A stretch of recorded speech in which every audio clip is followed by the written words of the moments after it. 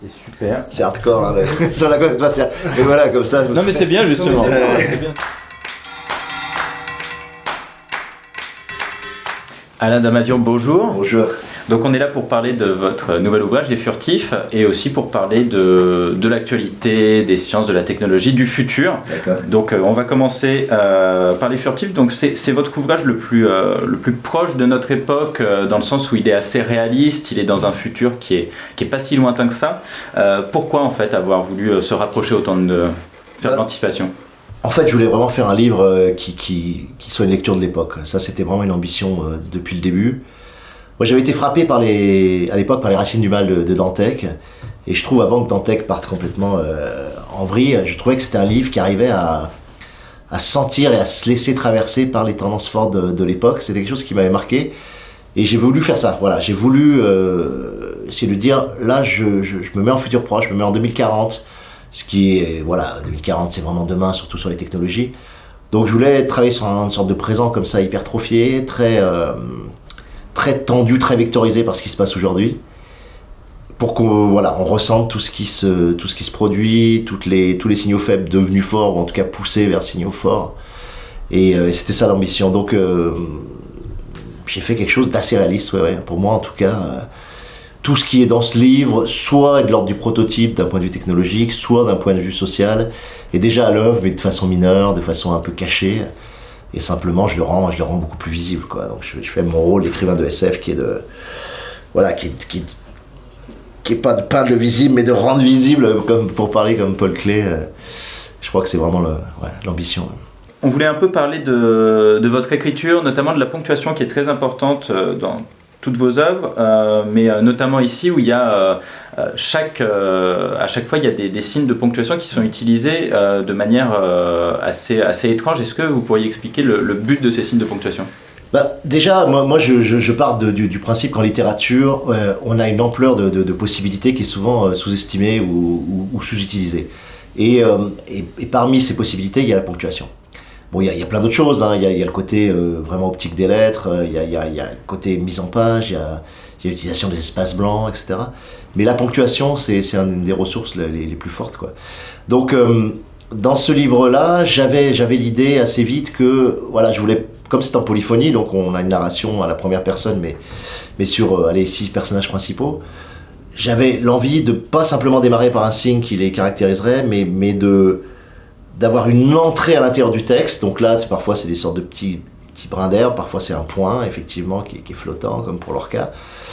Et je voulais aussi qu'il y ait une caractérisation typographique des personnages, c'est-à-dire que dans la forme des lettres, dans ce qu'on appelle les signes diacritiques qui sont mis donc c'est des points, c'est des virgules, c'est des trémas, etc. Ces signes-là viennent caractériser et renforcer la caractérisation des personnages qui est déjà faite d'un point de vue stylistique, puisque chaque personnage a... Moi, quand je définis mes persos, il y a... je développe d'abord une fiche personnage, et puis je développe le registre stylistique. Donc c'est la syntaxe. Est-ce que la syntaxe est très nerveuse, saccadée, avec des phrases courtes ? Est-ce que la syntaxe est sur des périodes plus ou moins longues, avec un style un peu proustien, un peu ondulant ? Et puis, quel registre de sonance j'utilise pour le personnage ? Est-ce que c'est des sonances autour, par exemple, des voyelles I, U, E, pour avoir une sonance qui est très, très précise, très fermée, comme ça ? Ou est-ce qu'au contraire, on a des lettres beaucoup plus chaleureuses, comme le A, le O, le ON, quoi. Et puis après, pareil sur les consonnes, c'est-à-dire est-ce qu'on est sur les plosives, c'est-à-dire le PTG, le BTG, c'est-à-dire vraiment des consonnes qui tapent comme ça, qui rebondissent, ou est-ce qu'on est sur des fricatives avec le F, le V, etc. Donc chaque personnage a son registre. Et par rapport à ce registre, j'ai rajouté cette couche dans les furtifs qui est de cette toute petite poussière diacritique qui permet encore de renforcer la typographie. Puis il y avait un rôle narratif dans l'histoire, c'est que les personnages s'hybridant progressivement avec les furtifs, au moment où l'hybridation furtif monte en eux, c'est-à-dire toutes les scènes de fuite, d'action, où ils essaient de se cacher, etc., où la dimension furtive monte, je voulais que ça soit traduit aussi de façon typographique pour qu'on sente comme ça cette prise de pouvoir, ou en tout cas cette prise de présence du furtif. Et voilà, donc j'ai travaillé avec Esther Zach, qui est une très jeune graphiste, hein, qui sortait, et typographe, qui sort de l'école estienne, et on a bossé ensemble, donc ça a été assez long à mettre en place, parce que elle chargeait beaucoup au début, elle chargeait énormément l'aspect typographique, ce qui fait que ça aurait pu marcher dans un magazine, une revue, ou à la rigueur un livre de poésie, mais en roman sur 700 pages, il fallait beaucoup plus de discrétion, de sobriété. Donc moi je l'ai amené, on a fait beaucoup de design soustractif, on a enlevé jusqu'à arriver vraiment à ce point, je pense, voilà, qui gêne pas la lecture, qui handicape pas la lecture, qui alourdit pas la lecture, puisque voilà, le but c'était de donner une sorte de couleur optique, quoi, au lettrage, à la typo et à la ponctuation. Et c'est dans ce but-là qu'on l'a fait, quoi.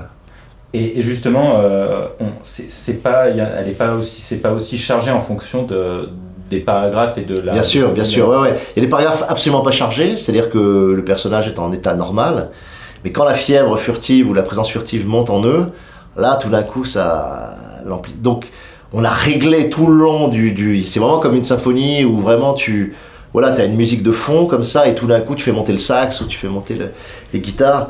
Et moi, j'avais donné comme ça, il y avait 2 codes couleurs, il y avait un code vert et un code bleu. Vert, c'était furtivation douce, et bleu, furtivation forte, qui faisait que là, la présence typographique allait être massive. Et ça dépend aussi des personnages. Le personnage de Tony Toufou, par exemple, comme c'est un tagger, un graffeur, il y a une dimension optique extrêmement marquée. Et est-ce que ça peut s'exprimer à l'oral? Est-ce que vous avez imaginé en fait qu'est-ce que ça voudrait dire si on lit ces phrases comme ça serait super intéressant de le faire, d'essayer de le marquer à l'oral. Là, il y a un spectacle qui est déjà en cours, qui jouera en 2020 sur les furtifs, avec Fred Delias, la compagnie Le Clair Obscur. Et donc on a déjà travaillé un peu avec des comédiens. J'ai vu des comédiens travailler sur le texte. Je pense qu'il y a une façon de charger les moments, soit dans la rythmique, soit dans une espèce soit en jouant sur les registres de timbre. Je pense que c'est possible, ouais. Mais il faut réfléchir. C'est-à-dire qu'il faut transposer l'idée typographique à une idée vocale, quoi, orale. Mais je pense que quelque chose à faire. Après, c'est un spectacle musical où il y a un soutien électro derrière, donc il peut le jouer aussi, soit de façon bruitiste, soit... Oui, bon, il y a toujours façon de transposer des idées dans un autre médium. Faut pas s'inquiéter. Ouais. Sonorement, naturellement, on a l'impression, voilà, quand c'est parenthèse, on pense plutôt interruption douce. Quand on a des points, on a plutôt quelque chose de haché, comme presque quelqu'un qui réfléchit image par image. Et quand on a des coupures en slash, c'est comment ça s'appelle, nerf, pardon. Là, c'est d'une grande brutalité ou presque un robot, quoi. Ouais, est-ce que vous, vraiment, c'est quelque chose comme ça que vous représentez, ou est-ce que c'est vraiment plus littéraire? Est-ce que c'est bon? Non, c'est très physique. Moi l'avantage, ça je le dis pas parce que c'est évident, mais pour moi qui est une écriture physique, enfin en tout cas pour lequel je considère que la littérature est un art physique, et que cet aspect physique, il faut le marquer à la fois évidemment par le travail des sonances, par le côté auditif de la langue. C'est pour ça que moi je travaille beaucoup la voix, et que plus ça va, plus je vais vers la scène et la vocalisation, parce que je trouve que c'est le meilleur moment de restituer comme ça la dimension physique de la langue. Donc musicale aussi, mais rythmique, mais cadencée, mais le tempo aussi. Et il y a une dimension dont on parle jamais, ou très très peu, c'est la dimension optique. C'est-à-dire que la forme, tu vois, l'exemple que je donne souvent, c'est de dire, si je te prends le mot fille et que je le compare au mot femme, le mot fille, il a ce i, tu vois, avec le petit point dessus, et ensuite l'envolée des double L, tu vois. Donc il y a quelque chose d'ascendant, de sautillant, d'aérien, qui se définit sur fille, et qui correspond très bien d'ailleurs à la sensation que donne une jeune fille par rapport à femme, où avec les arches définies par les M, t'as 3 arches, et puis t'as encore 3 arches, tu vois. T'as une espèce de côté assis, protégé, plus maternel, que le mot femme va optiquement restituer, quoi, tu vois. Alors que le mot fille va avoir cette ascendance. Donc en français, quand tu regardes les jambages et les hampes, tu vois, d'ailleurs il y a 7 hampes et 5 jambages en français, c'est-à-dire que la dimension aérienne est plus forte dans la langue, tu vois. Tu peux jouer avec ça. Et tu le vois, c'est-à-dire que bien sûr tu fais pas trop gaffe, etc. Mais cette dimension physique optique, elle va jouer. Tu vois, alors si tu fais des pubs, si tu as juste un mot qui définit ta marque, c'est encore plus fort. Mais même dans un livre, il y a des phénomènes où quand tu as beaucoup de hampes, bah, tout d'un coup l'œil il monte, tu vois. Et moi ça joue par exemple sur la définition des personnages, tu vois. Si je prends Sahar, le H de Sahar qui est au milieu, qui permet une vraie symétrie c'est l'envolée, tu vois, c'est le côté aérien que possède Sahar. C'est quelque chose qui est très important dans le perso, quoi. Alors qu'Agüero, il y a l'ancrage du G qui est dessous et t'as aucune hampe qui va monter. Donc c'est un personnage qui est ancré, qui est physique, qui a voilà, une sorte de motricité qui est sur les jambes et et ça va le restituer. Donc cette dimension optique est ultra importante. Et j'ai oublié la question de départ qui était... C'était ça, c'était en gros, est-ce que quand vous écrivez, mais vous avez répondu, c'était quand vous écrivez, est-ce que vous pensez vraiment... Oui, voilà, ouais, bien sûr. Donc d'un point de vue typographique, pour revenir, évidemment, Ner, qui est un personnage ultra nerveux, ultra complexé, qui est le tracker optique, qui est un gars qui a vraiment des problèmes, en plus il a des invocations assez fortes. Donc le côté slashé, le côté lettres barrées, etc., témoigne de cette nervosité, d'une personne qui s'auto-rature, qui s'auto... Donc ça doit traduire physiquement vraiment dans le livre Sahar qui n'accepte pas, ou en tout cas qui a un problème par rapport, et c'est normal par rapport au deuil de sa fille. Si tu regardes, tu as le point sur le J qui est absent sur tous ces mots, quoi, tu vois. Alors que chez Lorca, le point sur est rajouté. C'est-à-dire que lui, la présence de sa fille reste très forte, il veut pas accepter le deuil, il considère qu'elle est vivante, qu'elle est encore vivante, alors que sa femme a décidé de faire le deuil.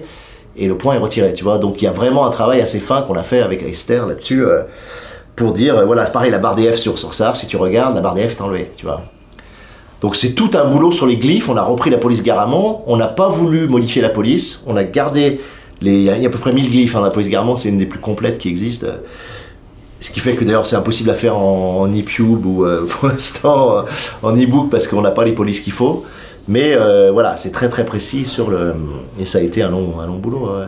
Donc là, il y a vraiment un truc presque cryptique à aller chercher, quoi. C'est-à-dire que là, je vais pas en parler 10 ans, mais je pourrais vous expliquer sur chaque personnage ce qu'on a fait, pourquoi c'est des slash, pourquoi sur Agüero c'est au contraire ancré sur le bas, etc. Enfin, donc il y a chaque fois évidemment une raison, quoi. On va passer du coup à la partie... on va parler un peu plus de l'actualité en général. Ouais. Déjà, avant tout, parlons de ce qui est vraiment tout récent, l'incendie de Notre-Dame. Je rigoler, mais je rigole, ouais. Qu'est-ce qui vous fait rigoler du coup là-dessus ? Non, mais parce que c'est tellement pratique pour le pouvoir, ce genre de choses. Je sais bien que c'est complètement accidentel et qu'il faut pas ni être cynique, ni être ironique là-dessus, mais les pouvoirs contemporains ont tellement de difficultés à trouver une espèce de convergence collective autour de ce qu'ils proposent. Je veux dire, un Macron qui a 7 personnes sur 10 aujourd'hui qui est opposé à sa politique, tu vois, il arrive absolument pas à faire l'unanimité. Ce type d'événements, c'est comme les attentats, hein, ce type d'événements qui sont des sortes de catastrophes nationales, permet tout d'un coup au président de se repositionner comme l'unité de la nation, comme celui qui va reconstruire la cathédrale de Notre-Dame avec tous les riches qui arrivent et qui mettent qui 100 millions d'euros, qui 200 millions d'euros. Alors pour eux, c'est comme si moi je vous donnais 50 euros, enfin c'est dérisoire. Et en plus c'est de la défiscalisation, donc en réalité c'est l'État qui paye. Donc voilà, ça me fait grincer des dents et en plus je suis complètement athée, donc effectivement ça me touche pas beaucoup. Moi c'est plutôt Notre-Dame-des-Landes plutôt que Notre-Dame de Paris qui m'intéresse, donc oui je suis un petit peu incisif, un peu acide là-dessus. Ça m'agace un peu, ouais. D'accord. Et vous parlez justement de la popularité d'Emmanuel Macron. Qu'est-ce que vous pensez du mouvement des Gilets jaunes ? Moi j'étais vraiment, ma sensation elle était vraiment celle d'une sorte de divine surprise, quoi. Moi j'avais beaucoup milité sur la loi travail, que je trouve être une loi extrêmement grave, qui vraiment dégrade complètement la vie des salariés, leurs possibilités, qui plafonne les indemnités de licenciement, qui permettent aux patrons de licencier en pouvant marquer déjà dans le budget combien ça va leur coûter, qui dégrade encore plus les conditions de travail, qui facilite les bullshit jobs. Enfin bon, c'est une loi qui est vraiment uniquement cadrée pour les patrons, et qui est vraiment une très mauvaise nouvelle pour les salariés. Et il y avait eu des manifestations évidemment, mais qui avaient été extrêmement peu suivies. Et après le passage de ça, et après la SNCF, moi je me suis dit ça y est, on va se faire rouler dessus, le rouleau compresseur est en marche. Et ce qui s'est passé avec Schröder, avec Thatcher, dans les autres pays, c'est-à-dire une sorte de libéralisation accélérée de la société, allait se mettre en marche, quoi. Avec 15 ans de décalage en France. Bon. Et puis les Gilets jaunes arrivent, et là, on sent que ça va pas se passer de la même façon. Et donc c'était vachement intéressant, parce que moi, comme beaucoup de gens, je pensais que les gens avaient baissé la tête, avaient courbé les chines, finalement avaient intégré toutes ces pressions, toute cette violence à la fois quotidienne, symbolique, financière, etc. Et ne réagissaient plus. Voilà, qu'il y avait une anesthésie du corps social. Et en fait, je m'étais trompé, comme beaucoup de gens. Ça s'était accumulé, la colère s'était accumulée, et elle sort enfin. Et elle sort d'une façon en plus très intéressante, je trouve, beaucoup plus intelligente qu'on l'aurait pu le penser. avec une vraie intelligence collective, avec une capacité de semaine en semaine à varier les modes de lutte, avec une réinvention de la forme de manifestation, avec une réinvention des formes d'amitié, de liens, et puis ça touche surtout un public qu'on n'avait jamais vu. Moi je suis on va dire plutôt de la gauche, moi je l'appelle authentique, mais maintenant qu'on dit radicale. Et c'est des gens qu'on voyait jamais dans la rue, c'est-à-dire c'est vraiment des primo-manifestants, des gens qui s'étaient de leur avis même jamais politisés, et qui là comprennent les choses, comprennent qu'ils sont les premières victimes de ce système, quoi, et notamment de la justice fiscale, sociale, qui a été maximisée en une trentaine d'années, quoi, tu vois. Nous on est le produit des 30 honteuses, quoi. Eux, je vois mes parents étaient le produit des 30 glorieuses, avec une super retraite. Nous c'est les 30 honteuses, c'est-à-dire c'est 30 ans de régression quand même, hein. Moi j'ai 49 ans, depuis le tournant de la rigueur en 83, ce n'est que des régressions sociales, que des réformes qu'on devrait appeler des contre-réformes en réalité, où il y a une régression de tout, quoi, des services publics, des conditions de travail, une baisse continue de l'imposition des grandes fortunes, des tranches supérieures de l'impôt sur le revenu, un basculement sur le côté capital-travail, c'est-à-dire que sur 100 de richesses produites, le capital prend de plus en plus. Bon bref, c'est vraiment une catastrophe, et nous on est là à se battre, à essayer d'empêcher que ça recule trop. Mais l'émergence des Gilets jaunes donne vraiment un espoir que ça peut, et puis la durée du mouvement, le fait que ça s'ancre dans des logiques aussi de lien, quoi.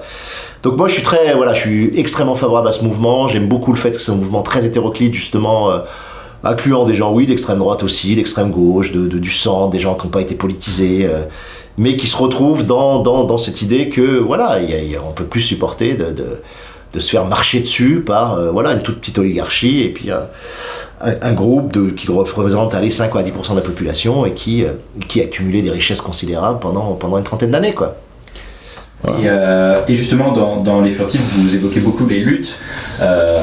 Et si vous aviez un message, un conseil à donner aux Gilets jaunes en termes de lutte, ça serait quoi? Et si vous pouvez faire peut-être en vous adressant directement. Non, mais moi je veux pas jouer le gourou ou quoi que ce soit. Moi, le talent que je peux avoir, qui est un talent de mise en récit, quoi, qui est un talent de création de personnages, de capacité à faire en sorte que le lecteur s'identifie à des personnages, à des types de pratiques, et puis apporter une certaine éthique ou certaines valeurs à travers mes livres.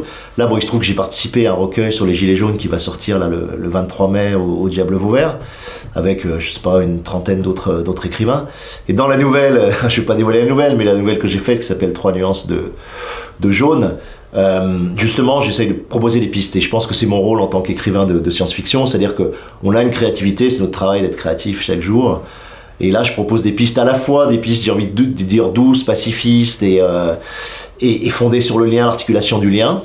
Et puis, je propose des pistes qui sont plus liées à l'action directe, à des modes plus commando, parce que je pense qu'il faut allier les deux. Voilà. Je pense que la violence pure, on le sait, est décorrélée d'un mouvement de fond, ne va pas servir à grand-chose.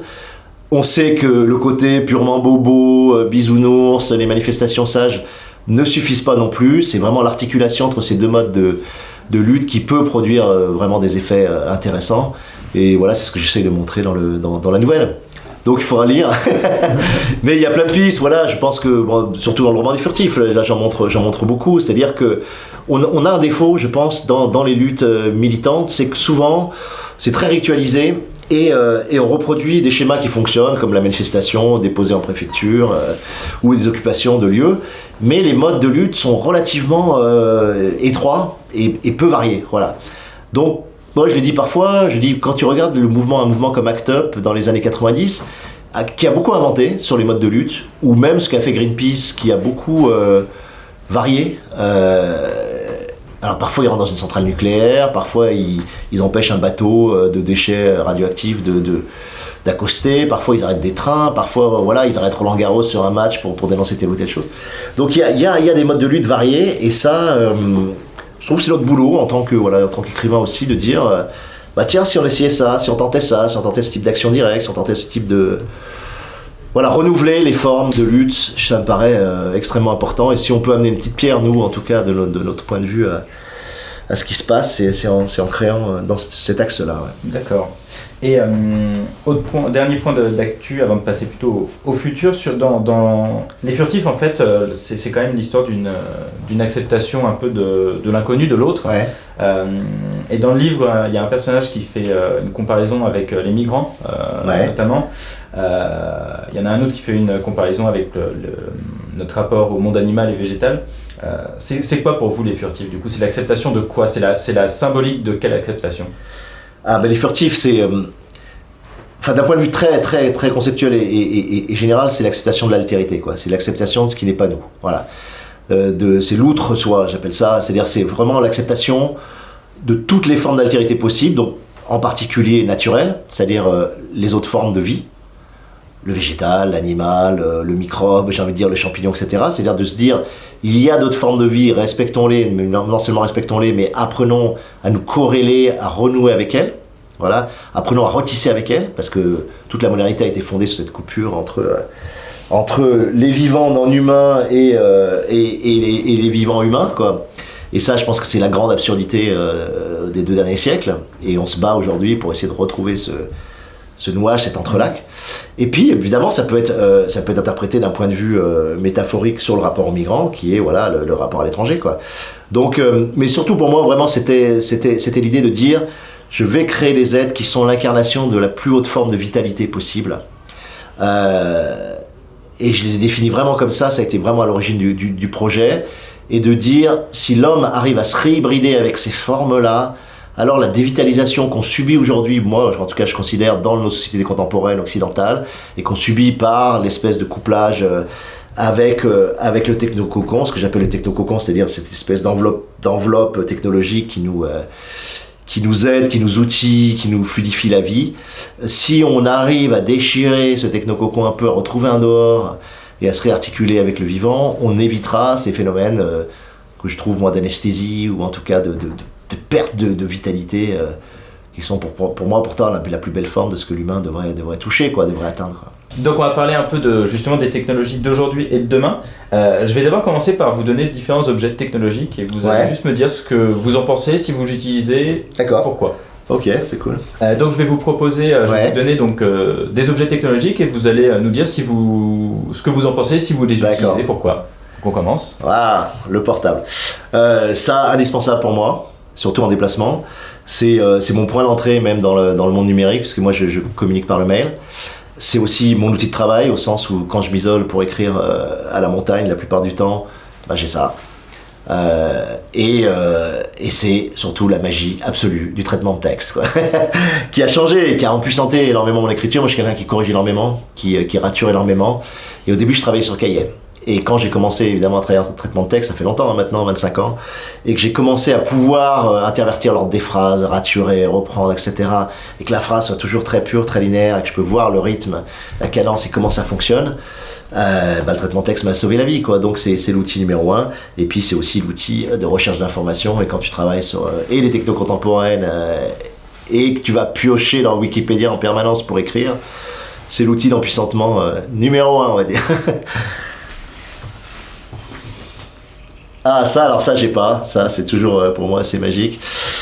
C'est ce rectangle qui a révolutionné la vie de 98% de la population, quand même, c'est le taux de pénétration actuel. Donc moi, j'ai refusé dès le départ et je m'y suis tenu.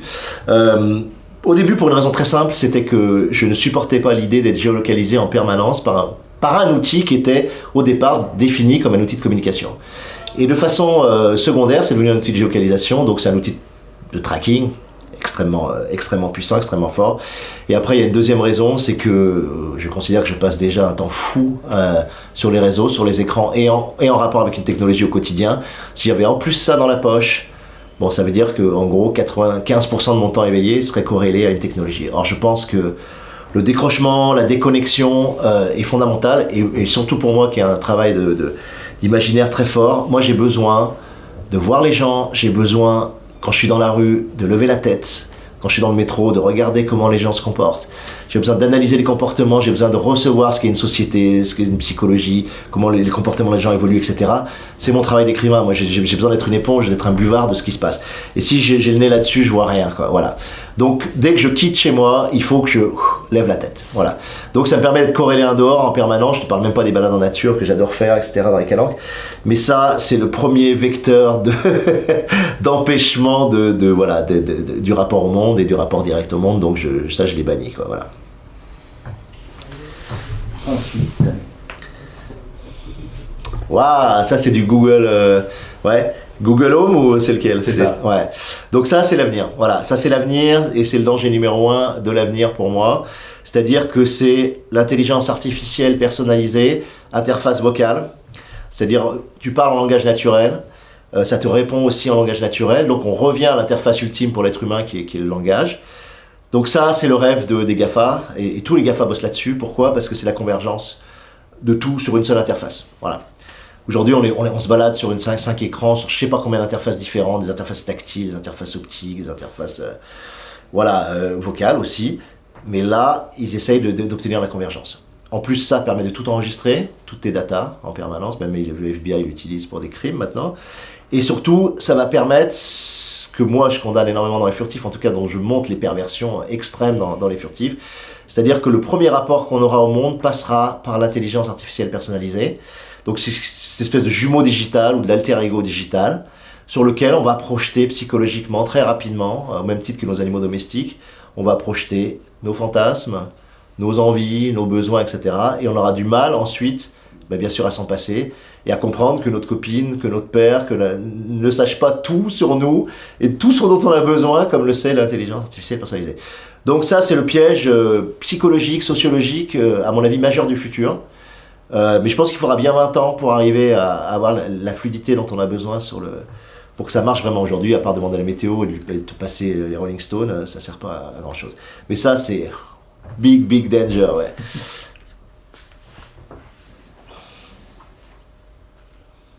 Waouh! La caméra, en général. Ouais, la caméra en général, et en plus miniaturisée. Donc ça, c'est marrant parce que pendant longtemps, j'ai pensé que, et la zone d'or était construite comme ça, le livre que j'ai fait quand j'avais 22 ans, j'ai pensé que la figure du panoptique, c'est-à-dire la surveillance généralisée, passerait par la caméra. Et ça a été ma plus grande erreur. Voilà, vraiment, c'est ce que je regrette le plus de ce premier livre. J'avais pas du tout anticipé que ça allait être le smartphone qui allait fonctionner comme l'outil de tracking absolu du futur et pas du tout les caméras extérieures. Voilà. C'est-à-dire que les gens allaient être le propre vecteur de leur aliénation et le propre vecteur de leur surveillance en activant cet outil qui est le smartphone et qui permet bien plus profondément de suivre ce que fait quelqu'un. Et pourquoi plus profondément? Parce qu'en fait, ça permet de rentrer dans l'intimité de la personne. À la fois les photos qu'elle prend, les vidéos qu'elle prend évidemment, qui sont archivées, mais surtout les messages qu'elle envoie. Voilà. Or, dans les messages, dans les communications, dans les chats, dans les SMS que tu envoies, dans surtout les mails aussi assez longs que tu peux faire, et dans les surfs que tu actives, tu as une lecture et un portrait extrêmement intime de ce que la personne aime, ce qu'elle veut, etc. Donc c'est du 84, mais encore mieux que le mire-écran de 84, quoi, tu vois, parce que 84, ce qu'il écrit Winston dans son cahier, le gouvernement peut pas vraiment aller le voir quand même, tu vois, donc il y a encore une page d'intimité qui est restée. Nous, on n'a même plus ça, parce que ce qu'on écrit dans le carnet, c'est déjà sur le net, quoi. Donc c'est déjà traçable, c'est déjà traquable si on a envie d'aller voir précisément. Donc ça, c'est l'ancien modèle de ce que devait être le panoptique, et le nouveau modèle, c'est ce que tu m'as montré tout à l'heure, c'est-à-dire c'est le smartphone, quoi.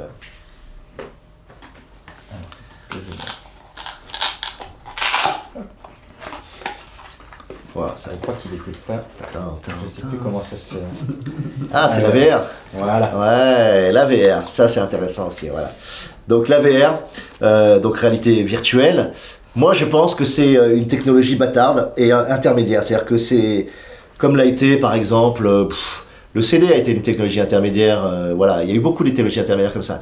Je pense que c'est une technologie absolument pas aboutie, qui pose encore beaucoup de problèmes techniques, qui est pas agréable à porter, qui perturbe l'oreille interne, etc. Moi, je pense qu'il y a une espèce de progression, c'est ce que je mets en scène dans les furtifs, entre au début une réalité, on va dire seconde, qui est portée par les écrans, au cinéma, les séries qu'on regarde, etc. Puis après une réalité augmentée, tu vois, après une réalité virtuelle, et puis moi je pose un quatrième étape qui est la réalité ultime, j'appelle dans le livre. Ça me permet de faire une contrassolance entre réel et réel. Et cette réalité ultime, ça sera, je pense, ça passera soit par des lunettes, soit par des lentilles, qui est un grand classique de l'ASF. Donc quelque chose d'extrêmement léger et qui te permettront de voir, comme je te vois là, le réel avec une couche augmentée, mais extrêmement crédible, extrêmement parfaite d'un point de vue lumière, d'un point de vue... Et ça veut dire qu'on arrivera à une personnalisation de la réalité. Et ça, je pense que c'est un horizon du capitalisme qui cherche. C'est-à-dire que la dernière chose qui est encore commune, c'est le réel. C'est-à-dire quand on est dans la rue, tout le monde partage en gros le même... Enfin, tout le monde partage même le même réel. Et si tu commences à le personnaliser en te permettant de rajouter des personnages dedans, des doudous, des couches des couches de filtres, et ben chacun sera prisonnier d'une réalité qui lui est propre. Et du coup, le lien, le partage, le commun sera encore handicapé, quoi. Pour l'instant, c'est assez sombre et ouais. Ça c'est un Raspberry. Ouais, c'est un Raspberry Pi, ouais, c'est ça. Ça c'est très intéressant, c'est des outils très intéressants parce que c'est des outils de hacker, quoi. C'est-à-dire c'est des outils que tu peux bricoler, dont tu peux t'approprier, avec lesquels tu peux faire beaucoup de choses et qui en plus sont de très petite taille. Pour moi, ça c'est ce qu'il faut faire en technologie, c'est-à-dire il faut redonner aux gens la puissance sur l'outil, de leur permettre de se réapproprier, de le bricoler, de redevenir autonome par rapport à l'outil. Donc ce genre de choses, ouais, pour moi c'est ultra précieux. C'est l'inverse de ce qu'on a vu tout à l'heure, c'est-à-dire d'outils technologiques qu'on appelle hétéronomes, c'est-à-dire qui ne permettent pas une indépendance par rapport à l'outil. Tu subis la façon dont l'outil a été fait. Si tu m'avais montré une tablette, j'aurais hurlé par exemple. Je ne supporte pas les tablettes parce que c'est des technologies, notamment les tablettes Apple, c'est des technologies parfaitement fermées sur lesquelles tu ne peux faire que ce que Apple a décidé que tu y ferais, quoi. Si ça marche pas, ça marche pas et tu peux pas avoir la moindre autonomie sur l'outil, quoi. Et plus l'outil est fermé, plus à mon avis c'est grave, et plus les liens de dépendance deviennent forts à la techno. C'est l'inverse de ça où tu peux vraiment faire pas ce que tu veux, mais en tout cas beaucoup de choses, quoi. Super, on a fini les petits objets.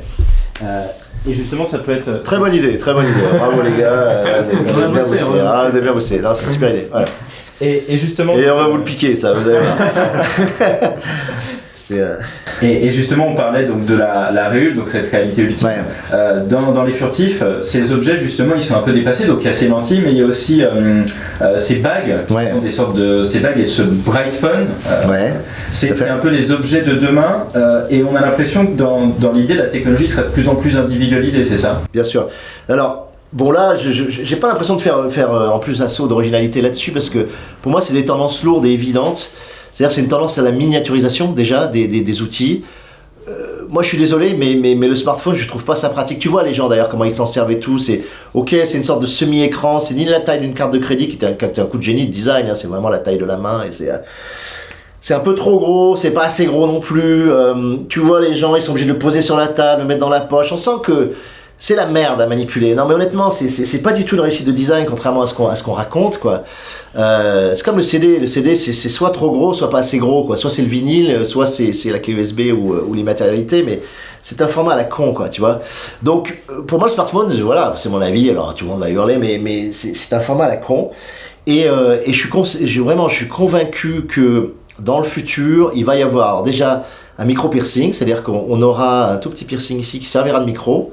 On pourra parler au lieu d'avoir, tu sais, le fil où on parle comme ça. Donc on pourra parler naturellement et ça sera pris par le piercing. Je pense qu'on aura des oreillines, ce sera des toutes petites boucles d'oreilles qui seront là à droite et à gauche et qui serviront évidemment à diffuser le son sans avoir besoin du tout de trimballer des casques.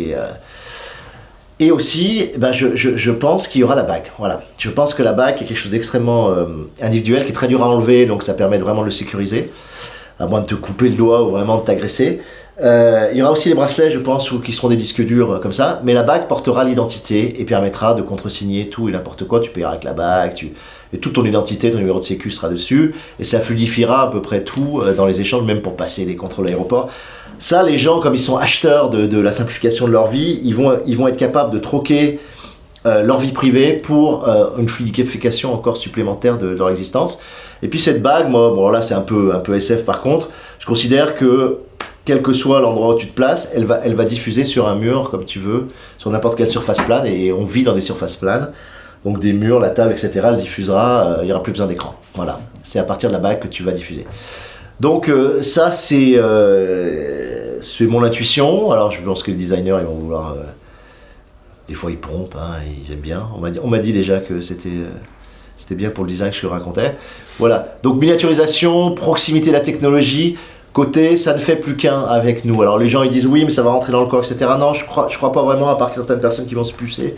Je pense que ça restera extérieur mais tellement corrélé, exactement comme un tatouage, un piercing. Donc ça sera cet ordre-là. Moi c'est ça que je vois. Ouais.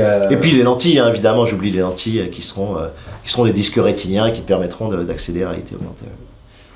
D'accord.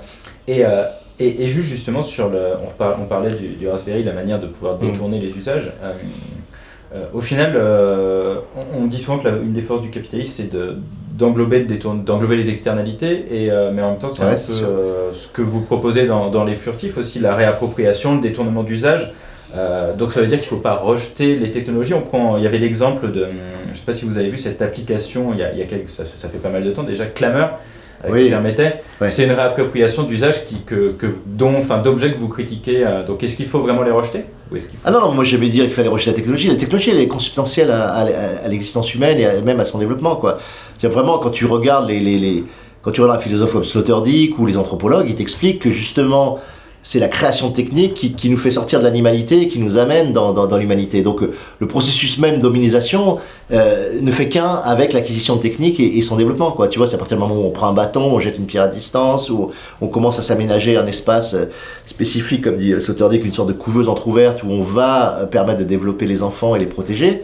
C'est à partir de ce moment-là qu'on sort de l'animalité pour aller vers l'hominisation. Donc c'est consubstantiel, c'est complètement aberrant de dire voilà, je suis contre la technique, dans ce cas-là t'es contre l'être humain, enfin tu vois, c'est... Donc, mais après la technique pose des enjeux majeurs, quoi. C'est-à-dire que moi je suis extrêmement technocritique au sens où aujourd'hui, à notre époque, il y a une espèce de technophilie forcée qu'on a mis en place, que le technocapitalisme a mis en place pour nous vendre le maximum d'objets et pour nous faire croire que ces objets nous donnent un pouvoir supplémentaire sur le monde. Voilà, moi ce que je montre, et j'essaie de montrer à plein de moments, c'est qu'il y a énormément d'objets qui sont des gimmicks, qui sont des gadgets, et qui effectivement nous donnent un pouvoir supplémentaire, c'est-à-dire nous permettent d'externaliser dans la machine ou l'application des actions qu'on pourrait faire nous-mêmes, mais en faisant ça, en faisant faire à la machine ce qu'on faisait avant nous-mêmes, on perd en puissance, voilà. On perd en capacité de faire nous directement. Typiquement, je donne souvent cet exemple du GPS qui est... Oui, une exaptation de la capacité d'orientation, mais qui nous fait perdre des capacités de mémorisation de la ville, d'orientation dans la ville, qui nous fait perdre cette dimension de spatialisation quand même qui est extrêmement importante. Mais pareil, les moteurs de recherche. Et le moteur de recherche a diminué drastiquement les facultés de mémorisation aussi des gens, quoi. Et si tu n'y fais pas gaffe, tu perds en faculté cognitive. C'est ça la différence d'avant. Avant, la voiture, oui, tout le monde le sait, la voiture, si tu la prends tous les jours, tu vas être moins capable de marcher, tu perds en santé physique, tu deviens un peu gras. Bon, ok, tout le monde est conscient de ça.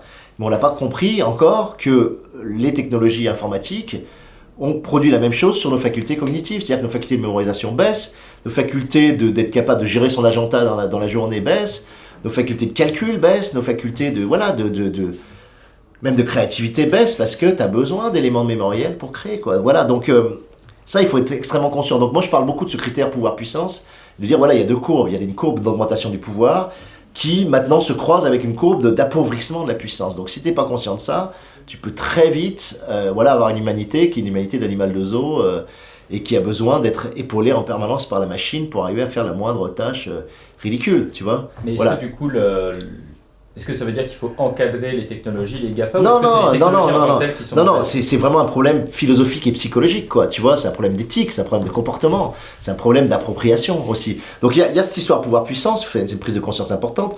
Il y a l'idée aussi d'ouverture et fermeture. Je suis désolé, il y a des technologies qui te ferment, tu vois. Il y a des technologies qui t'ouvrent le monde. Et c'est très différent. Je te prends l'exemple du jeu vidéo, parce que le jeu vidéo, souvent critiqué par les intellectuels à tort, tu vois. Le jeu vidéo, tu prends un jeu comme Angry Birds, c'est des jeux à dopamine, à cycle dopaminique court. C'est-à-dire que tu vas avoir une satisfaction, une récompense très courte, et t'es fermé dans ces boucles-là. En plus, le rendement dopaminique, on sait qu'il est décroissant, c'est comme ça, c'est du plaisir et décroissant, c'est la structure même des neurones humaines qui est comme ça.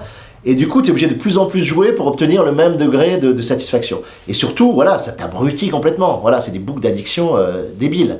Donc là, on est dans une forme de jeu vidéo, de technologie qui te ferme, tu vois. Et puis, tu as des jeux qui vont t'ouvrir. Voilà, tu vois, tu prends Journey, par exemple, je te donne un exemple de jeux qui m'ont touché, ou certains jeux d'action-aventure, ou certains jeux de rôle qui vont t'ouvrir un imaginaire, te pousser. Même Minecraft, c'est un coup de génie. Pourquoi ? Parce qu'avec des cubes complètement pourris, enfin tu vois, avec vraiment au niveau esthétique c'est pourri, mais c'est du jeu bac à sable. Donc tu crées, tu t'inventes un monde, tu le développes, et ça ça t'ouvre quelque chose, tu vois. Donc c'est se poser la question, est-ce que ça m'empuissante ou est-ce que ça m'impuissante ? Est-ce que ça m'ouvre le monde ou est-ce que ça me le ferme ? Et la troisième grande question, c'est est-ce que j'ai une indépendance par rapport à cette techno ? C'est-à-dire, est-ce que je peux la bricoler, la réapproprier, la transformer, la mettre à ma main, quoi, tu vois ? Or, il y a beaucoup de technos qu'on nous vend sur lesquels tu n'as, ce qu'on appelle l'hétéronomie, tu n'as aucune espèce d'autonomie dessus, voilà. Tu vois, donc tu es entièrement dépendant de la façon dont la techno a été faite. Voilà. Sans parler du design de la dépendance, comment une page Facebook est designée pour te rendre dépendant de la page. Hein. Je te parle pas de tout ce qui est en plus développé autour de ça. Mais si tu veux, au moins ces 3 critères-là, ils sont décisifs. Et là, tu as une approche technocritique, tu vois. Et ça n'a rien à voir avec la technophobie, etc. Je veux dire, on me pose la question 100 fois, est-ce que vous êtes technophobe? C'est une non-question, enfin, tu vois. C'est comme si tu me disais, est-ce que vous êtes contre le vivant, quoi. Mais non, moi, je suis un être vivant, donc je peux pas être contre le vivant, tu vois. Donc je suis un être technique, donc je peux pas être contre la technique. Par contre, j'ai à être technovigilant. Ouais. Juste une question, vous parlez très peu du réchauffement climatique et des enjeux dans Les Furtifs, mais même dans vos autres livres. Ouais. Pourquoi en fait vous pensez pas que c'est considéré comme un des plus gros enjeux de l'humanité actuellement? Ouais, alors ça c'est... Bon là c'est intéressant, moi j'ai une approche qui est, je pense, un peu particulière là-dessus. Moi c'est encore une fois lié à mon approche de la philosophie du vivant. Voilà. C'est-à-dire que moi je suis très critique sur sur la collapsologie, sur les théories de l'effondrement, etc. Non pas parce que je considère que ça soit faux, je pense que c'est parfaitement bien analysé, je pense que ce qu'ils annoncent est vrai, mais il faut se mettre d'accord sur qu'est-ce que c'est l'effondrement, tu vois. Et l'effondrement, quand tu regardes, c'est en fait l'effondrement de la civilisation thermo-industrielle, c'est-à-dire des énergies essentiellement carbonées, et de ce que ça peut produire. Donc c'est l'effondrement en fait d'un habitus, c'est l'habitus occidental, les 30 glorieuses, dans lequel nos parents ont vécu, dans lequel nous on commence à moins vivre, et cet habitus, ils considéraient, c'était quoi? C'était on a 2 bagnoles, on dépense sans compter, on consomme sans compter, etc. Ça, oui, ça va s'effondrer. Cet habitus-là va s'effondrer. Mais j'ai envie de dire, c'est l'habitus petit bourgeois, les sociétés occidentales. Les Africains, ils se marrent quand on voit ça. Les Africains, ils nous disent, bah oui, vous allez simplement vivre comme nous, quoi, tu vois. Donc, déjà, il faut comprendre que c'est ça. Donc, deuxièmement, moi, il y a quelque chose qui me frappe, c'est que ce sur quoi se positionne la collapsologie, c'est des données qui existent depuis 40 ans, qu'on connaît depuis 40 ans, et tout d'un coup, elles prennent une force très importante. Et quand tu regardes... Moi, j'adore regarder les économies de désir derrière les choses. C'est-à-dire quels investissements de désir il y a, de peur et de désir. Et là, il y a clairement un affect que j'appelle, moi, para-religieux ou apocalyptique. Un affect de fin du monde qui est très utilisé, par exemple, dans les blockbusters hollywoodiens, qui vient comme ça s'amalgamer. Tu vois, alors je suis convaincu que c'est pas l'idée, c'était pas l'envie de Pablo Servigne et de ceux qui ont fait ces livres. Moi, Pablo Servigne, je pense que c'est un gars très bien, etc. Mais il s'est peut-être pas assez rendu compte qu'il mobilisait tout un ensemble d'affects millénaristes, para-religieux, apocalyptiques, et une énorme complaisance presque nihiliste là-dedans, quoi, tu vois. Moi, je suis complètement opposé à ça, parce que d'abord, j'ai un optimisme radical, et en plus, je considère que le vivant est bien plus puissant que tout ce qu'on pourra lui faire faire. Quand les gens me disent le réchauffement climatique, tu te rends compte, 1 degré, 2 degrés, 3 degrés, moi, j'ai juste envie de leur dire, oui, mais de toute façon, le vivant va s'adapter, quoi, tu vois. C'est des espèces qui aiment la chaleur, qui vont plus se développer, d'autres peut-être qui, effectivement, ont besoin d'une certaine fraîcheur, qui vont disparaître, mais elles vont muter aussi, tu vois. Il va y avoir plein de choses qui vont se produire dans le vivant, quoi, tu vois, et qui vont s'adapter. Et nous-mêmes, êtres humains, on va s'adapter, quoi, tu vois. Donc, il faut arrêter d'être dans la panique, etc. Ce qui est dégueulasse, c'est qu'on pollue cette putain de planète, tu vois, et qu'on en fait, c'est qu'on n'est pas respectueux de la beauté et de l'ampleur du vivant. Mais ce qui, pour moi, est important, c'est pas de se flageller, de se dire, tout va s'effondrer, etc. Et notre mode de vie va s'effondrer, c'est de dire comment on peut renouer avec les animaux, comment on peut renouer avec les plantes, comment on peut renouer avec cette dynamique du vivant, quoi, et recomprendre qu'elle est en nous tout autant qu'à l'extérieur de nous, quoi, tu vois. Donc c'est renouer avec le vivant en nous et avec le vivant à l'extérieur de nous, tu vois. Mais c'est une logique vitaliste, c'est pas une logique nihiliste, d'effondrement, de peur, et qui surtout fait appel énormément à la peur, tu vois. Et ça, moi, de toute façon, tout courant de pensée ou politique qui fait appel à la peur, moi, je lève tout de suite le panneau danger, tu vois. Parce que c'est la meilleure façon de dominer les gens, de les attrister, tu vois. Donc moi, j'ai envie de dire aux collapsologues, très bien ce que vous faites, mais moi, ce qui m'intéresse, c'est comment on peut se relever. C'est pas comment tout peut s'effondrer, c'est comment tout peut se relever et comment on peut se réarticuler au vivant. Parce que le problème, c'est ça. C'est qu'on a fait du vivant la nature, c'est-à-dire on en a fait un bloc à l'extérieur de nous, et cette nature, on en a fait une ressource à exploiter, à piller. On en a fait un extractivisme atroce, tu vois. Et ça, il faut le dénoncer absolument et sortir de ça, tu vois. Mais en disant, attention, on le fait au nom du vivant et parce qu'on est une espèce vivante parmi les autres espèces vivantes. Pas parce que c'est la nature et qu'on doit la protéger, tu vois. Moi, autant la sanctuarisation de la nature que le côté extractiviste en disant la nature n'est qu'une ressource qu'on peut piller, et de l'autre côté, la nature, oulala, il faut la protéger, il faut la mettre sous serre, etc. C'est la même logique, en fait. Ça veut toujours dire que la nature est hors de nous, quoi, tu vois. Ce qu'il faut retrouver, c'est ce lien en nous de toutes les ascendances animales, c'est-à-dire qu'on est produit d'une évolution millionnaire dans laquelle on a énormément de couches qui viennent des réseaux animaux et qui sont en nous et qui sont extraordinaires, même plein de facultés cognitives qui sont fabuleuses, et puis la nature hors de nous en tissage. Moi, dans le livre, j'ai le Varech, le fameux philosophe, est inspiré vraiment de quelqu'un de vivant qui s'appelle Baptiste Morisot, qui est un philosophe du vivant que je trouve extraordinaire, qui a 35 ans, qui est un gars extrêmement brillant, qui m'a beaucoup aidé sur le personnage de Varech, avec qui j'ai beaucoup discuté, qui m'a beaucoup perturbé aussi. Et lui, il faut lire ses livres, hein, Les Diplomates, il faut lire Sur la piste animale. Il te montre ça. En plus, il a toute la culture, il a lu Darwin, il a lu tous les biologistes actuels. Donc il y a toute la culture derrière, et il retrouve une philosophie du vivant qui, à mon avis, est fondamentale. Voilà. C'est vers ces gens-là qu'il faut aller, à mon sens, plutôt que de se complaire dans l'effondrement et tous les affects para-religieux que ça porte, quoi. Et on parlait justement donc de votre rapport à la vitalité qui est assez clair. Et là, on parlait aussi du fait que, notamment pour la collapsologie, que ça avait été rattrapé aussi par des choses, tout ce qui est un peu religieux ou quoi que ce soit. Mais c'est quoi justement votre rapport à la spiritualité? Parce que dans le livre, vous parlez beaucoup de la religion balinaise, etc. Ouais, mais complètement. Parce que bon, j'avais passé 3 semaines à Bali, j'avais beaucoup lu et j'essaie de beaucoup m'imprégner. Moi, je trouve qu'on juge une société, une civilisation à ses corps. Je suis très nietzschéen pour ça. Je pense qu'il faut d'abord être zoologue, mais zoologue sur l'espèce humaine pour essayer de comprendre ce que vaut une civilisation et ce qu'elle porte. Quand tu vas à Bali, une île qui est saturée de tourisme, hein, quand même. Hein. Tu vois, il y a 3 millions de touristes par an, c'est pas une île extraordinairement grande, etc. T'as l'impression que le tourisme leur a glissé dessus, qu'ils ont gardé complètement leur spiritualité, qu'ils ont un rapport humain d'une espèce d'évidence joyeuse qu'on a totalement perdue, quoi, tu vois, et c'est le cas aussi quand tu vas en Afrique, etc. Donc il y a quelque chose que tu sens immédiatement dans les corps, dans le rapport au monde, dans l'ouverture, dans la générosité, tu vois, rien que les voir faire des offrandes, tu vois, ce geste qui est incompréhensible dans le capitalisme actuel, parce que c'est un geste purement gratuit. C'est un geste de don, pur. Et en plus, c'est un don esthétique, ces offrandes sont extrêmement belles, c'est vraiment un geste magnifique, c'est gracieux, tu le vois faire. Et en plus, ils le font dans leur coin. Enfin, tu vois, c'est pas du tout quelque chose qui est... Quand tu vois ça, tu te dis, là, il y a quelque chose que nous, on a raté ou perdu, et qui relève d'un rapport immédiat. Alors, pour eux, c'est des esprits, pour eux, c'est, tu vois, un rapport immédiat à l'altérité, justement, au dehors. C'est-à-dire et c'est un rapport qui fait qu'un avec un rapport au vivant, tu vois. C'est pareil pour le rapport que vous avez à l'enfance, c'est aussi... Ouais, non mais pour finir, tu vois, sur les balinais, voilà, de toute façon, toutes les religions polythéistes sont 1000 fois plus intéressantes que les religions monothéistes. Le monothéisme, c'est une absurdité, quoi. Le monothéisme, c'est une fatigue de la pensée. Le monothéisme, c'est un effondrement. C'est pour ça que je peux pas du tout être ému par le fait que Notre-Dame de Paris brûle, quoi, parce que le monothéisme, vraiment, c'est la catastrophe de la pensée, de la spiritualité, c'est une convergence réductrice hallucinante, quoi. Et c'est ça qui nous fait perdre le lien en vivant. Quand tu es à Bali, bah, t'as un esprit pour la rivière, t'as un esprit pour les arbres, t'as un esprit pour les pierres.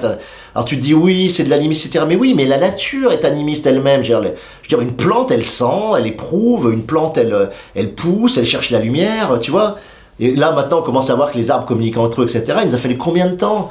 Il a fallu financer combien de temps pour qu'on arrive à faire la bonne éthologie et à comprendre ce qu'est vraiment le vivant, tu vois. Et plus on avance dans l'éthologie, plus on voit que et l'animal et le végétal sont dotés d'une intelligence bien plus vaste, bien plus profonde que tout ce qu'on avait défini avant. Et l'écologie devrait se baser là-dessus, pas sur le tonne de carbone qu'on produit chaque année, tu vois. C'est de dire, bah attendez, faites comprendre aux enfants, faites comprendre ce qu'il y a, ce qui est capable un loup, ce qui est capable une plante, tu vois. Parce que c'est extrêmement... et c'est 10 fois plus intéressant que la machine, tu vois, les couplages au vivant sont beaucoup plus intéressants que la machine. C'est pour ça que j'ai fait les furtifs aussi, pour dire, bah voilà, l'hybridation avec le vivant, c'est ça le véritable avenir, c'est pas l'hybridation avec la machine, tu vois. Après, sur la question de l'enfance, oui, ça c'est... vas-y, je te laisse parler. Sur le rapport à l'enfance, justement, on a l'impression que l'enfance c'est un peu la forme idéale de l'être humain, pleine de vitalité. Ouais, mais là c'est... proche du furtif. Moi, là, c'est très nietzschéen, c'est les 3 métamorphoses de l'esprit chez Nietzsche dans le Zarathustra, hein, c'est comment l'esprit devient chameau, comment un chameau devient lion, et comment un lion devient enfant pour finir. C'est-à-dire que pour moi, c'est le point le plus haut de l'espèce humaine, c'est effectivement l'enfance. Mais l'enfance, j'ai envie de dire, dans un esprit et un corps d'adulte, quoi. Tu vois, c'est-à-dire, c'est conserver la part d'enfance avec toute la puissance de l'adulte.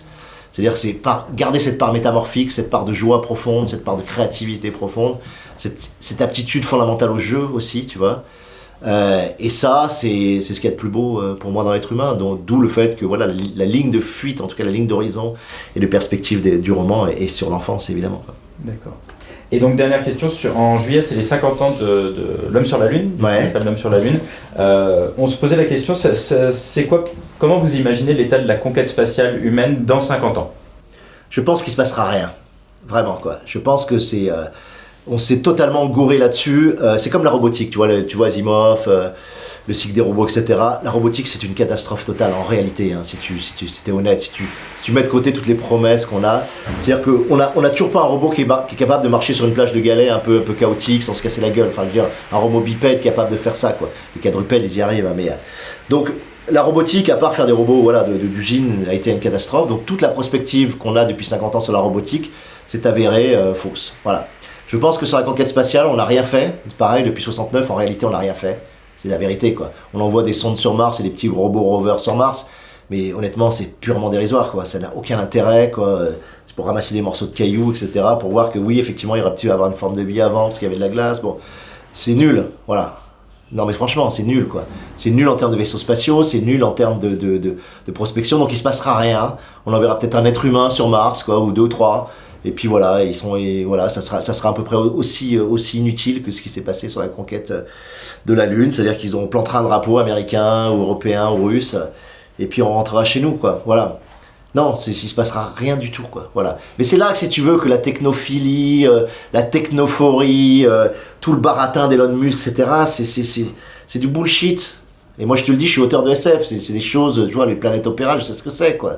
Tu vois, planète opéra, je suis désolé, c'est un genre qui est devenu ringard, quoi. C'est un genre ringard en science-fiction. Nous on fait de la soft science fiction, on fait de la science-fiction de science humaine. Ce qui compte, c'est de comprendre ce que le smartphone ou l'intelligence artificielle personnalisée va produire sociologiquement, tu vois, dans les rapports humains, dans les rapports à soi, dans les rapports au monde, dans 20 ans ou 30 ans. Ça, c'est de la vraie science-fiction aujourd'hui. C'est pas de se dire on va faire des vaisseaux spatiaux ou on va aller sur Mars. Donc la conquête spatiale, ça sera rien, vraiment. Et je serais peut-être encore vivant dans 50 ans et vous me réinterrogerez, vous direz quand même, monsieur Damasio, vous aviez eu raison. Voilà, non, j'y crois pas du tout. Ouais.